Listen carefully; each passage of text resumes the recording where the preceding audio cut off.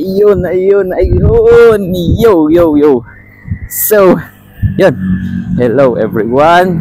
Nakakain na tayo. Ulam for this lunch.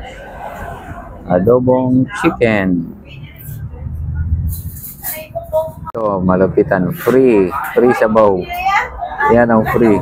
Ang intindi ni nanay. Gulay. And then, mabalik tayo dito sa ano. Kaya lang, medyo natakot ako. Pupunta tayo dito sa may akasya eh. May ahas daw dito. May ahas.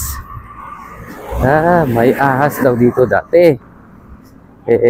Kinonfirm ko dun sa dating nakakita. Meron nga daw. Malaki daw. Pero, sabi ng kasama natin, pag umulan ng ano, umulan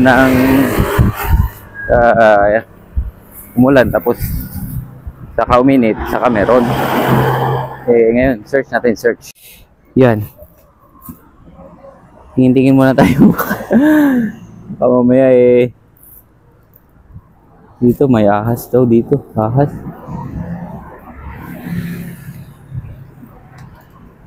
Oh, so far so good.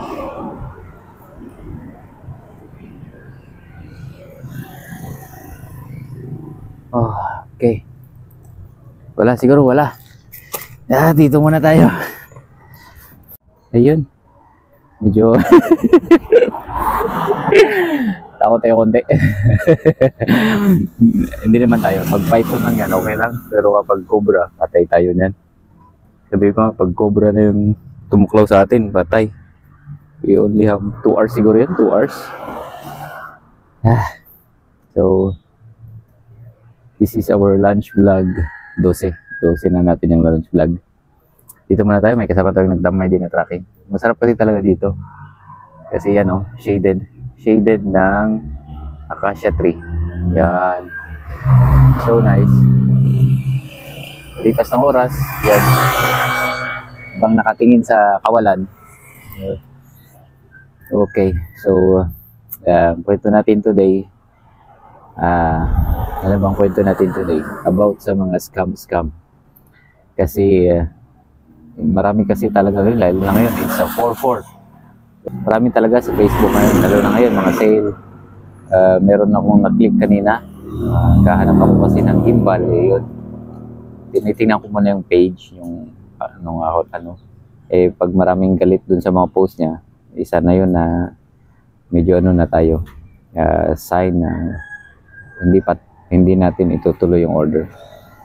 Kasi kapag one time din, nandun pa ako sa Cebu. Nagulat kasi ako, ganun lang din sa Facebook. Pag click mo, diretso order na yun eh. So, cellphone na around nasa 1,000 lang. Tapos yung specs niya, yung mga phone na abot ng mga 7, 8, mga ganyan.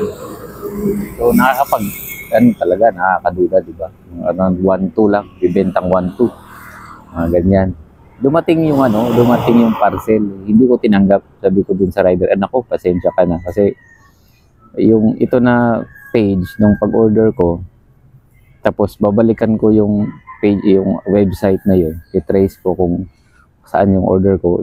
Yung binigay na code, hindi ko ma-search yung product, kung bakit hindi na ma-search. Nag-order pa, okay naman yung page kako. Pero pag i-trace mo na yung yung order mo, hindi mo makikita, product not found, mga ganyan na error. Kaya sabi ko, hindi ko tinanggap yung sa rider. Sabi ko, pasensya ka na, hindi ko tatanggapin yung order ko kasi baka scam ako. Hindi yun.